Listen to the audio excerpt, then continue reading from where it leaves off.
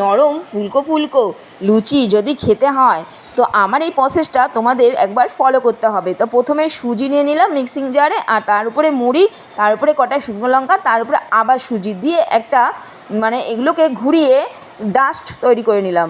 তো এবার ডাস্টের সাথে কিছুটা ময়দা আর কিছুটা আটা মিশিয়ে তার উপর থেকে নুন, আর তার উপরে দিয়ে দিলাম ধনেপাতা আর অরিগানো, দিয়ে ভালো করে হাত দিয়ে সমস্ত কিছু মিশিয়ে নিলাম। নেওয়ার পর উপর থেকে দিয়ে দিলাম সাদা তেল, দিয়ে অল্প অল্প জল দিয়ে একটা ডো তৈরি করে নিলাম। তারপরে আমি লুচির আকারে সমস্ত লেচি কেটে আর গোল গোল করে বেলে নিলাম। তেলটা গরম করতেই সমস্তগুলোকে এক এক করে ডুবো তেলে এপিট ওপিট করে ভেজে নিচ্ছি।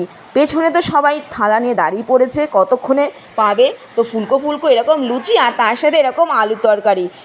রাত্রের ডিনারটা কিন্তু আজকে আমাদের প্রত্যেকেরই এত সুন্দরভাবে জমে যাবে, কি আর বলবো। দেখো কত সুন্দর হয়েছে না লুচিটা, খেতেও কিন্তু দুর্দান্ত হয়েছে, যেমন দেখতে তেমন।